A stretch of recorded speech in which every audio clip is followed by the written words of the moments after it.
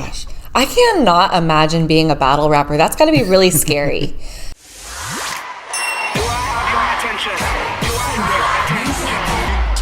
Let's go. Ladies and gentlemen, welcome to the show. Welcome to the 1357 podcast. My name is Morgan Young, and I'm so grateful you're tuning in to yet another episode. And today we have a special guest with us who I'm so excited to introduce you to. But first, I got to give you the little backstory about why I'm doing what I'm doing, why we started this. So 1357 is what we would chant in my 20 years of cheerleading during the pyramid to keep us all in sync, motivated, and pushing through the most challenging part of the routine. And so we would all chant 1, 3, 5, 7, 1, 3, 5, 7. And that would keep us all pushing to our best pyramid, our best community, our best selves. And yes, that's what I want to do for you guys. And then the structure of the 1357 podcast is 1 miracle moment, 3 questions, 5 tips, and then a 7-minute chit chat at the end where we'll put the timer on. And after 7 minutes, we cut it off. And yeah, we wrap it up right around there. So today, I would love to introduce you to Levi Without the Tribe. Thanks for having me. Yeah, thank you for being here. I'm so excited that you reached out, and this is awesome. Mm-hmm. You're doing really great things in the music world and in your community, and I can't wait to hear all about it. So, for sure. Yeah, tell us a little bit about yourself, what you do, your passions, anything you want to share. Well, I'm Levi Without the Tribe, formerly known as Levi Fresco. I'm an artist, songwriter, battle rapper. But yeah, I do a lot of things in the background as well. Also run a battle rap league here in Florida, and also a songwriter for other artists and battle rappers. So, gosh, I cannot imagine being a battle rapper. That's got to be really scary. Yeah, I mean, my first battle when I did it, I had butterflies the whole time while I was on stage. But once I got the words out and I got that first crowd reaction, then it went away. Do you prepare the rap in advance, or is it straight off the dome? It depends. If let's say if I go second and my opponent goes first, I might rebuttal what he said and have like a freestyle rebuttal. Then I'll go into what I already had written in my material. Oh, good. Yeah, because you got to kind of come prepared for that. Oh, for sure. I couldn't imagine. I mean, I try to freestyle in the car. I'm not going to lie. I'll be by myself and I'll be freestyling, and it's terrible. It's really bad. So I realized that that's not my calling, but I can really appreciate people like you because I really do enjoy rap music. So I appreciate it. Yeah. So, okay, go ahead. Hit us with your miracle moment. My miracle moment, I know some viewers would think like, oh, that's cap. I don't believe in that. But I can only say that this is a time in my life where I felt like I was at my lowest. And I actually I think at that time maybe I say I was an atheist. I didn't believe in God, but I actually was trying to get out of a situation a couple years ago, and I actually just got down and prayed, and I felt like it was like a cold, warm wind that touched my left shoulder. I don't know if that was like an angel, and I sending a message to God, and actually listen to my prayer, but I always will remember that time in my life. Wow. It was weird then, but now I think about it could be. You never know. But, oh, yeah. And so what were you going through during that time? And then what changed after that moment? I don't think I just had my life where it's supposed to be, but I also was young. I was maybe like 18, 19 years old, I believe. So I was just trying to figure everything out. That's when I started college and everything. And when I was in college, I also had our first son. Me and my wife had our first son. It wasn't planned, but it was for better. I have no regrets. I won't take anything back. I feel like whatever happened in my lifetime made me to the better person, the better man I am today. That's amazing. And that's so true. It's like every trial that we go through, every hard time, it's just shaping us and forming us kind of like a sculpture. Like you're releasing everything that's not meant for you so that you can be shaped into who you're meant to be. That's really great. Yeah. So tell me a little bit about your son, because that sounds like a bit of a miracle in disguise. So my son, he's 11 now. His name is Christian. And I would say that he's the chapter in my life that made me change. and like, okay, I need to get my stuff together. Like, it's time to wise up. You can cuss on this podcast, just so you know. Yeah, I don't really curse that much. Oh, good. Okay. So I'm gonna try to keep it clean. But, yeah, just want to wise up, man. And finding out that my son's actually on the spectrum. So, you know, and learning all that made me as a better father, a better husband, and learning how to deal with a child that's on the spectrum, that's autistic. So it also helps me become the better father for him. Yeah. So. Oh, and I've always said and believed, like, anyone with autism, it's like a superpower. Yeah. And it's just, they're different from the rest of the world. And you can look at that as, you know, different and judge that, or you can look at that as an opportunity. Definitely. And you have to learn the nuances and everything that they need for them to be successful in this world, because they will be successful, very successful, if they're loved. Right. You know, Definitely. and that's the hard part. It's getting out of our own way so that we can love someone that we're not used to really being around or spending time with. Right. Definitely agree. Yeah. Good. Well, I have 3 questions for you. Okay. Let's go. Okay. So question number 1, what is your daily routine during a productive day? So I start my day, of course, with coffee. I prefer iced coffee. Right there with you. Yeah, with a little bit of oat milk or almond milk, and I'll start off praying in the morning, stretch a little bit. If I can squeeze a workout in, I will try to get 30 minutes in before I start my actual daily work. Then, that's how I start my day off. Yeah. That's great. I mean, it's so important to have a morning routine. That's something that I work with people on as a life coach, because that's what I do full time is life coaching and teaching yoga. So having a morning routine is the baseline for the rest of your day. Right. It just starts the day out right. Now, everyone's different though. Yeah. So like some people are like us, we really like that morning routine, but also it ebbs and flows. And some people do best when they just wake up right out of bed and they get right into their creative work. Yep. And so it's just different for everybody. Yeah. Do whatever fits for you in your schedule. Yeah. And what does your night routine look like? Do you have one? Of course. Me and my wife make sure we put the kids in the bed. I read a chapter out of the Bible with the kids all together, and breaks it down, everything, so they can have the understanding. Before they go to bed, I give them maybe like 30 minutes to watch TV afterwards.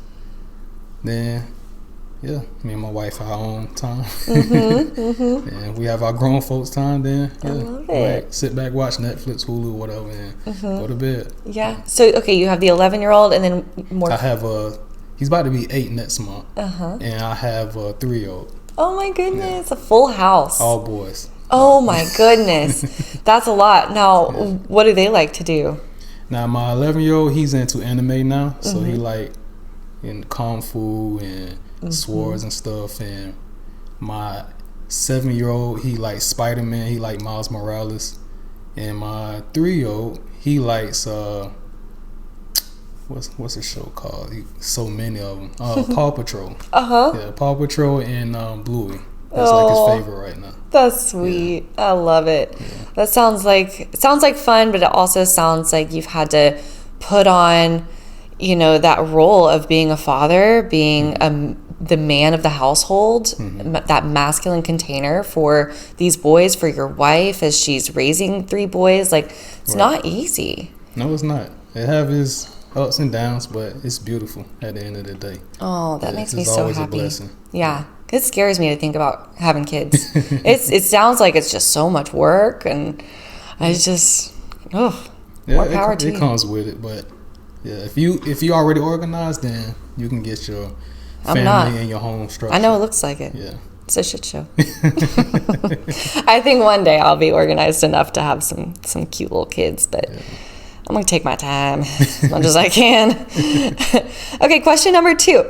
As an artist and a battle rapper, what is the difference between writing songs and memorizing material for a rap battle? Now, with writing the song and recording the song, right then, of course, you have plenty takes. You can go back, erase it, start over, change your tone, and do all of this. But when it comes to battle rap, it's kind of like comedy. I put it this way: when you on stage and that spotlight is on you, that's it. You cannot stumble, you cannot choke, or you're gonna lose the crowd. Yeah. And you got to keep them entertained. It depends on how long you on there rapping. You could be 5 to 6 minutes. Some people go up to 10 minutes, but you have to keep the crowd engaged, entertained the whole time, and make sure you get reactions from them, or it's gonna throw you off. Gosh. Yeah. Again, sounds so scary. Like, okay, so I was at Burning Man a couple weeks ago, and one of the things that it was like a dome, and it looked like one of those things that you play on as a kid, like the triangle dome, where and then in it they had like a full band, and this chick was in there singing, and the sign at the top was off the dome, and so you go in there and you have to like produce or create some music right off the top of your head. And so she called me up there and I grabbed the microphone. One, I can sing in the shower pretty well, but I cannot sing on a microphone in front of people. Like even karaoke, my voice starts cracking. It just is awful. And so I'm in there trying to come up with something. It was just horrendous. Like it was so embarrassing, but I wanted to get out of my comfort zone and do something that scared me. So I did it. But none of it made any sense, and I pretty much choked, and it looked awful. Really? So, again, just so much respect for it. I guess you learned from it, though, right? No, I learned not to do that again. That's not my calling. I'm going to stick to what I'm good at. I like going out of my comfort zone just for, the growth aspect of it and the story I get to tell later. Yeah. But I am not meant for that lifestyle. I mean, being on stage, because I'm more, I say people... I hate hearing this because it seems like it's a trend. Introvert, antisocial. I try not to be. I'm just that type of person. Yeah. So it could be a crowd of people over there, and I can probably just sit right here in the corner by myself and still have a great time. So for me to come out of my comfort zone and step on stage in front of all these people, I still get nervous when I get on stage, but it goes away once I start. Yeah. But it helps as far as, okay, let me go out here and just put myself out there and challenge myself, because I'm not great at public speaking at all. I can't do a job presentation for a whole bunch of clients or my colleagues or anything like that. I hate it. Yeah. If you put it into a rap, if it was into a rap and I can just go over it, for sure. Hey, that would be way more entertaining and way more beneficial. Yeah, probably won't sleep during a team Zoom call. Yeah, right? I love public speaking. I actually have an event coming up where I'm doing some public speaking called Happiness 3.0. Oh, that's great. So you'll have to come see me public speak, and I'll have to come to a rap battle sometime. Yeah, I invite you to the one in November, so that's my last battle, so I'll add you to the VIP list. Oh, perfect. Yeah. That sounds good. And so why is this your last rap battle? I just feel like this is a chapter in my life I wanted to just move forward. I'm kind of like losing the fun of actually being interested in battle rap. Like I can watch it all day. I can write for someone else anytime, but just being involved in dealing with the politics of it just get overwhelming. Yeah. I can imagine. But you're still producing music? Yeah. And that's still your dream, is to be a music artist full time? Yeah. So I don't have a problem with making music, because I feel like I can be more creative in my comfort zone and make the type of music I would like to make, and kind of just set the standard as far as creativity and not trying to sound like someone else. So I'm big on that, trying to stay kind of set apart. Yeah. And I have listened to your music, and it is different, but in all the best ways. Like I love the song that you put out. Is that the most recent one, or is that just the one that comes up first? The recent one I have is Album Coming Soon and Written in the Sky. Yeah, Album Coming Soon. Album Coming Soon, okay. Yeah, so he has a song called Album Coming Soon, and it makes you want to hear the album that is coming soon. It really does. I listened to it probably 5 times yesterday and just vibed. Like it is a vibe, and it hypes you up too. And it keeps you guessing. Yeah. That's the thing I love about your music, is it keeps you're not expecting the beat drop, or you're not expecting like what's going to happen next. Like it keeps you on your toes, and that's something I love about music, and especially yours. Right. So I appreciate that. Yeah. And then also, since we're talking about it, how can they find you on Spotify? Just type in Levi Without the Tribe.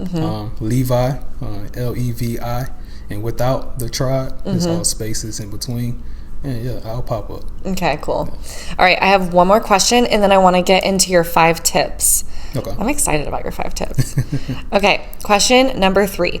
What do you do on the day of your battle before you hit the stage? I usually try not to talk as much because I want to make sure my vocal projection is superb when it comes to me standing on stage. So when that moment comes, when it's time for me to rap, I want to make sure I'm able to uplift my voice, because I know at times that when I get loud and my voice increases, it's kind of raspy. So I drink a lot of tea.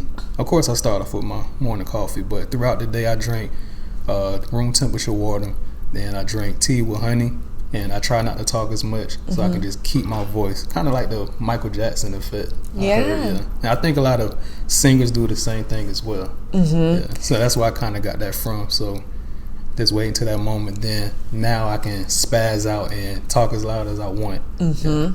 That's so good. It's so important as a singer, a speaker. Like, I went to school for journalism to be a news anchor, and then I realized the news is all bullshit. I want nothing to do with it. So but I learned a lot about taking care of your vocal cords. Right. And even stretching your neck and stuff is super important. So it's really important to take care of those vocal cords. So I'm really glad that you make that a priority. Yeah. That's important.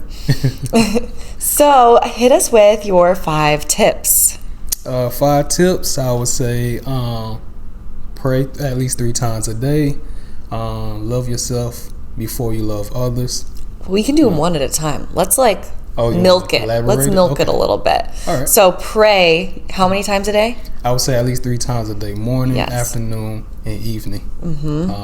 Just take a moment. So I know we all have a constructive work schedule at times. So take some time to walk away from your job site for a minute, or even if, like, I work from home, walk away from your laptop. Anything you do, just take a moment, just refresh. Yeah. Pray for like 10 seconds or 30 seconds, depends on you, whatever your preference. Just have a refresh and go back to what you was doing. That's so important. And I think it's, I mean, with Christians, it's kind of a common thing, but for the rest of the world, I mean, it's just so important. Yeah. And even not just 3 times a day, like, yes, 3 times a day, like, really sit down and do it. But also anytime that you're triggered or you have an anxiety, a worry, a fear, that negative vibration starts to come up inside of you, it's like, no, pray. Like, I'm not going to listen to you. I'm going to pray right now. And then Jesus will handle all of it. Most definitely. So good. Okay, what was your second tip? What did I say? Oh, love others. Love yourself, excuse me. Love yourself before you love others. And I will only say that because I know with a lot of things going on, people, might be some viewers watching this that are suicidal, anything like that. So before you try to love someone else, make sure you love yourself. Get to know yourself. Know that you are loved from the outside, but you got to love within as well. And that's how you can make it through life, So I know everyone go through their struggles. It doesn't matter if it's for 10 years and you're struggling, but you will overcome. And hopefully anyone watching this that might be going through it, I know you could be struggling now, but people love you, and just know that you will overcome whatever you're going through. It's just temporary. Amen. Yeah. And so tell me, did you ever not love yourself, and like, how did you get to loving yourself? I always loved myself, but I did have moments where I felt like I was there, where I felt like I wasn't worth the damn. But I think, I'm not speaking for everyone, but maybe everyone goes through that, especially if you in your teens and stuff, you go through your childhood and puberty and all that. You trying to find yourself. That's all that is. I think it's just finding yourself, finding your purpose in life, and it's seeing what you want to do in life. What makes you happy, and are you happy? What are the times that you've loved yourself the most, or maybe it's been when you've been the most proud of yourself, or anything like that? When I got baptized, I would say that I feel like that was a new chapter in my life, that I felt rejuvenated and a new person. Yeah. I felt the same way. I got baptized this year. Oh yeah, that's great. Yes, I know. And it's funny, I didn't realize just the significance of being baptized. I was like, oh, like everyone gets baptized. Like it's not that big of a deal. Right. I'm just doing what I'm supposed to do as a Christian. But then afterwards, and then seeing the response from my community when they saw I got baptized, I was like, maybe this is a really big deal. And then the peace that I felt afterwards, I'm like, okay, huge deal. Huge deal. And now I see someone else get baptized. I'm like, yes, you go. I'm so proud of you. And, Right. you know, it's a beautiful thing. It definitely is. Yeah. And there's no love like the love of our Heavenly Father. Most definitely. That's the best love. And that's how we can love ourselves, is knowing that He first loved us and created us in His image. And we're so blessed. Even if it looks like life sucks at the time, it's just setting us up for another blessing and another miracle. Correct. Oh, I agree. yes. Okay, so you had pray at least 3 times a day, and then love yourself before you love others. And I say, you know, it's like putting on the oxygen mask first. Yeah. Whenever they say that in the airplane, put on your own oxygen mask first, because you can't take care of others unless you're really taking care of yourself. Yeah. I'm like a self-preservation kind of person too. I really live by that. Yeah. If I'm burnt out, I'm not able to help anybody. Most definitely. So hit us with tip number 3. 3, let me see, I forgot. It's okay. What was 3? That's why we have phones and notes. I get it. I'll remember now. So keep your business to yourself. As long, I mean, it's no problem with, you know, going outside of your household or your circle, but whoever's in your circle or outside of your circle, make sure they trustworthy, and, you know, y'all had that companionship and understanding that, you know, whatever I tell you, it don't go outside of this. Yeah. So I would say that, yeah, keep your business to yourself, but there's no problem with going external if you need advice or anything like that. Yeah. What experiences have you had where you had to learn that lesson maybe the hard way? Like, there's a reason you came up with that lesson. Well, I was told in my household, well, when I was growing up with my parents, is whatever happened in this house stays in the house, bad or good. I'm not sure if that was anything good or bad. I mean, I did have some bad experiences, but I'm not going to make it seem like I had a terrible childhood. Now, looking back, because I had to understand as a parent now, I'm about to be 34 this month, and I'm looking back like, okay, my mother and my real father, maybe they were just trying to get it together just like I was too. And they didn't have it all together. So, man, now I'm looking back like maybe they were just amateurs of being a parent. So don't try to be too hard on your parents and be like, oh, you was a terrible mom, you was a terrible father. They were just trying to figure it out just like you're trying to figure it out. Everyone's doing the best they can with what they've got, what they know from their parents, and hence generational trauma. But just change it. I mean, it's your time to be a parent. Just do better than what your parents did. I'm pretty sure that's what they wanted anyways. Absolutely. Well, I love that. Yeah. And repeat that that tip one more time. Keep your business to yourself, but you can, you know, expand it if you feel like the person that you talk to or you need advice from are trustworthy. If you feel like you trust them, that's fine. Yeah, that's my tip. I have struggled with this for so long because I'm a blabbermouth and I work well under my ego. I have always, you know, growing up cheerleading, the ego is pretty big. So I would create something and then automatically want to go share my idea with every single person, and then that holds me accountable and I get like ideas back and all this stuff. But then I realized that a lot of those ideas that I'd shared with all these people, it would fizzle out, or something would happen, or the devil's advocate would come in and destroy my idea, and it would never come into fruition. And I realized that exact tip. And if you keep your biggest, best ideas close to heart, then you're protecting the vibration around it. Because if you're sharing that it really does fizzle out. If it's a vibration, that negative fear vibration that they have, they're projecting it onto your idea, and then that lowers the vibration of the idea being able to come out into fruition. Right. And it's like the law of attraction is still so apparent in everyday life. Mm-hmm. And those negative fear vibrations will really destroy your idea. Most definitely. Yeah. And people can like wish you unwell. Yeah, definitely. Yeah. And you always want to stay positive. Mm-hmm. Negativity, to stay away from it. It's few people that you might be around that are very negative or have a lot going on in their life, but sometimes you just don't want that around you because you're trying to prosper to do better. And they might feel like just being on this constant level and you trying to increase. Well, I'm gonna just leave you over there, but I love you, but stay over there. All that. Yeah. Exactly. Like family especially. I don't know why it's always family. It's like you bring an idea to your mom and like, hey mom, like I'm gonna start a podcast. Right. This is not my mom, by the way. So I'm gonna start a podcast. I have this great idea. And she's like, oh, are you sure you can keep up with the consistency of that? Oh, are you sure that you're gonna be able to have enough guests on the podcast? Like, what are you guys even gonna talk about?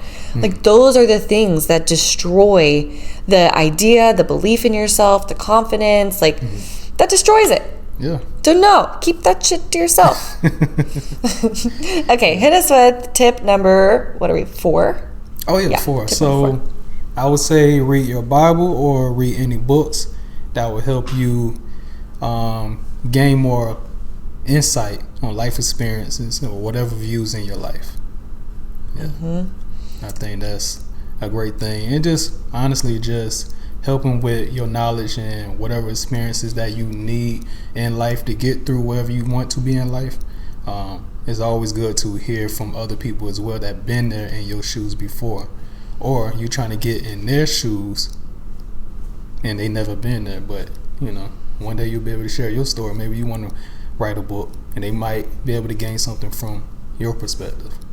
Exactly. Knowledge is power. Yeah. It's so true. Yeah, you can't be dumb. Yeah. And we have all the resources we need at our fingertips. Like, we should use them. Right. Whether it's an audio book, a tangible book, I mean, a little Bible app that just gives you one verse a day. You can start small. Right. You can read for 10 minutes a day. You're still, a tiny percent better than you were yesterday because you learned something. I mean, they kind of trained us in the school system. When they send us homework home, how long they made us read books? What, 20, 30 minutes? You had to log it in, your reading log. So, yes. Yeah. Keep You that actually going did that? while you're an adult. You actually did it? I didn't do it. I forged that log my whole life. Yeah, I would say that. Yeah, they were training us. That don't mean I did it. I know. Their intentions were good, but I had my own agenda. I'm just writing down titles of books that weren't even in my possession. I didn't even have them. Tell me what happened in chapter 2. Huh? I don't know. I was a SparkNotes aficionado. Oh, yeah, I remember that. Yeah. And now they have ChatGPT. Yeah, These kids they're going to be smooth sailing. And with AI services, you can copy and paste the question and get the answer for you. Yeah. What the hell was that when I was in school? I know. I mean, but I do think, do you think that's going to be more beneficial or less beneficial? On the IT perspective, yeah. As far as these kids and this generation nowadays, it might kind of, I want to say dumb them down, but it's not giving them anything to strive for and actually try to do something. They're going to feel like, I take the easy route instead of actually going the hard route and just learning from it. Yeah. But we know some stuff in the school system you're not going to remember. I don't remember everything. Oh, I know. Yeah. I do think that, even if they're looking everything up on ChatGPT, that also sparks their curiosity, and they're still kind of having to read through it anyways a little bit. Right. And it might be written in a way that they can understand it better and maybe learn faster than we can. Definitely. I'm having fingers crossed on that one, because it could be the easy route, but it also could be really beneficial. Yeah. It is very beneficial. I can see that, yeah. I definitely agree with that. I can see that too. Yeah. Yeah. Tip number 5. stream my album next month. That's my last tip. It drops October 3rd. It's called Bootleg. And on Apple Music, have 3 songs already pre-ordered to be able to stream now. I think it's 4 songs. Rebirth, Bright Star, Away. Yeah, it is 4. And I don't know how I don't remember my track names, but that's okay. Young Bless. That's on there as well. So you can stream those on Apple Music right now, and it will drop on October 3rd, the full album. October 3rd. Okay, you heard it here first. Yep. Or second. I don't know whoever else you told before this, but... Nah. Oh, good. I'm first. the close circle. You're in the circle right now. Yes. Cool. Well, I love that. I'm excited to listen. Mm-hmm. So it's going to be really fun. Are you doing any type of launch party or anything fun? No, I'm not. Maybe for the second album, I might do a launch party. Mm-hmm. I just want to kind of just go with the flow right now. Just push the music out and get it out there first. Mm-hmm. And maybe if it has some good feedback, then we can see maybe like you said, a launch party or just a listening party. Mm-hmm. Something small. Because I don't really like big, huge crowds anyway. So something small and just, hey, you want to come through, listen to the second album. Mm-hmm. And just maybe like rent out a studio or something like that. That'd be really cool. Yeah. Cater something. That would be cool. Uh-huh. Some Chick-fil-A nuggets. Yeah, that sounds good right now. Oh, I'm hungry. Yeah, I didn't eat nothing this morning either. So I want to hear about a little bit more about your faith journey and how it has transitioned into your music.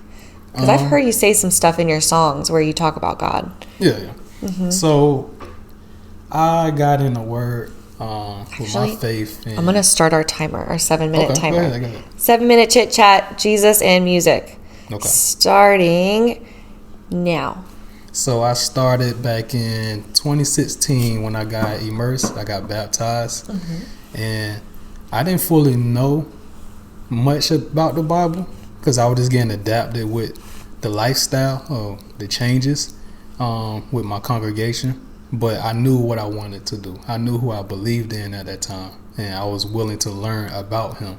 So, yeah, after that, then I didn't start doing music again. Maybe I think it was 2 years ago. Because I was still in my battle rap bag, still doing that. But I was losing the fun out of it because me being in the faith, I had to switch up my style. Mm-hmm. I couldn't be like, oh, yeah, bang, bang, I kill you. No, I wasn't with that. Yeah. So, well, with a life change with that and trying to transition, then trying to add that into my material, it just wasn't there. Yeah. Like I didn't feel comfortable, so I kind of took a break and just took the back burner and just like pushed the other artists and battle rappers or any battle rappers that needed help with writing. I was there and just played in the background. Mm-hmm. So I pushed the battle rap league that I'm part of, called BBA, the Barbarians Arena. And now I'm back here doing music. Mm-hmm. Yeah. That's amazing that you trusted the time off too, because you trusted God through that, it seems like, to really transform you from the inside out so you can start making music that glorifies him. Right. That's incredible. Mm-hmm. So I'm sure God is very happy with that. I don't think God couldn't be happy with you. God's happy with all of us, and that's why he created all of us. But that's a really beautiful that you took the time off, you came back even stronger, and now your music is going to be a blessing for the next generation. Definitely. Because anyone who wants to listen to rap, but they don't want that negativity coming into their airwaves. Yeah.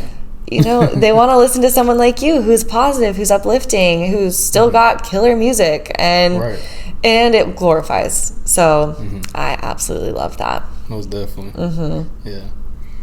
So it's a beautiful feeling. And just to be in the creative space to do that, I have no regrets. I love what I do. I love the type of music I make. I like the sound that I bring to the table because I understand it's other Christian music out there, and I do listen to or I don't listen to. But this is me, and this is how I see things. And when I write music, it's kind of like I have a picture or a portrait or kind of like a whole board of how I want a music video is. Before I even write it down, I already have a picture in my head. Yeah. Then I put it down. Yeah. My next question was, what does your writing process look like? So I'm not really a punch-in type artist. I hate punching in, but if I have to, I will. Mm-hmm. But my thing is, if I record from home now, so I learn how to record myself. That's how I feel like I'm more creative instead of going to someone else's studio, especially just paying for a studio time. I feel like it doesn't matter at this point, where you can just take that same money that you invest in at the studio, invest in your own, and learn how to do it yourself. Exactly. So now I might not write. I might just record it right then if I have something I want to say right then, or I just put in my notes on my phone or whatnot and just type it in and go with that. Can you pull up some notes? Yeah, I have a lot. I want to hear like a couple off the off the top of the notes section. Let's see. What are we working with here? And if you wanted to rap on the podcast, you don't have to, but that would be kind of cool. I might stumble, but let's see what I got. Okay. Is your life worth it? Assembly of the firstborn is the right service. Will the children of the corn see the tide serving? Walking through the way with the right person. That probably didn't go with the flow, but I just wrote it down. Won't be surprised if I only get my flowers at the funeral. No comparison, your death was so beautiful. As I let this pen strike every line to make it suitable. Dropping jewels, not shout who deemed to be disputable. I think I misspelled a word, but yeah. I always just jot down notes and I'll go back, but that's not something I use yet. So I mean, it's so cool just to hear the process and hear a little bit about how it flows and everything. Like, that's cool. I feel like I got the inside scoop. Yeah, I always put down my ideas first. So if I'm driving, I come up with something, I might forget it later. So I just jot down something real quick. Yeah. Then I'll figure it out once I hear the beat. What do you do when you're in the shower? Because you have to, that's when I come up with all the best stuff and then I get out of the shower and I forget it all. But the funny thing is, the battle that I have coming up in November, that's when I rehearse my round the whole time. So you know how they say like versatile? I'm actually versatile. I'm looking at a tile. I'm battle rapping it, and I'm in the shower. So, so that's like, I feel like it's kind of like white noise. I guess I feel like it's more clear, and then I'm able to, all right, let me rehearse and go over and over and over. Because with battle rap, when you rehearse your rounds or your round, you kind of get aggravated because you got to keep doing it and you get annoyed. So I seen battle rappers get on the stage and you could tell that when they wrote everything down, started doing the memory process of memorizing everything, you could tell they just drained. They ready to get this battle over with so they can move on. Yeah, I can tell sometimes. Yeah. I think you can see it when someone's like not passionate. Like he may be super passionate, but he's probably exhausted or something's going on. Yeah. And then you're trying to promo, and then you got to do face-offs, and you got to trash talk. So and I feel like it's got to be hard to trash talk because if you care about people, like I love everybody, and it'd be hard. There's no harm with me. If I trash talk, I don't take it far. Or too far or far at all. It just jokes. Kind of like you just firing off ranking on somebody. Yeah. Hey, look at your shoes. So. Can you trash talk me? I don't have nothing to say. I have nothing bad to Come on, there's got to be something. I don't have nothing bad to say. If I did, it would be easy. Yeah. I even told opponents, like, man, it was hard coming up with something for you, man. I had to just think of somebody in your crew. Yeah, made a narrative and kind of go with that, with an angle. But some people I just like, I ain't got nothing bad to say about you. Yeah. I would love to do a compliment battle. They do have compliment rap battles. I would like to try that. Oh, well, we'll definitely tell me about that one. I want to be there. Okay. The honey roast. Yeah. Well, thank you so much again. Our 7 minutes has concluded, and I'm going to wrap us up right here. I wish I could do it in a rap. Wrap us up with a rap. Go for it. Oh my gosh, my biggest fear. Well, thank you again. Thank you for the opportunity. Yes, of course. And thank you guys so much again for tuning in to the 1357 podcast. If you are a creator and you're interested, don't forget, email me at 1357.pod. We can have you in the studio. We can have you on virtually, and we'll figure something out like that. And then also, don't forget to hit the subscribe button, get notified let us know in the comments, have you ever done a rap battle? Have you ever been interested in rap? And then don't forget, all of his music is dropping on his Spotify, Levi Without the Tribe. Also, follow us on Instagram and TikTok, 1357 Podcast. Anything else I'm missing? I think we're good. Have an incredible day, and I'll see you in the next episode. Peace.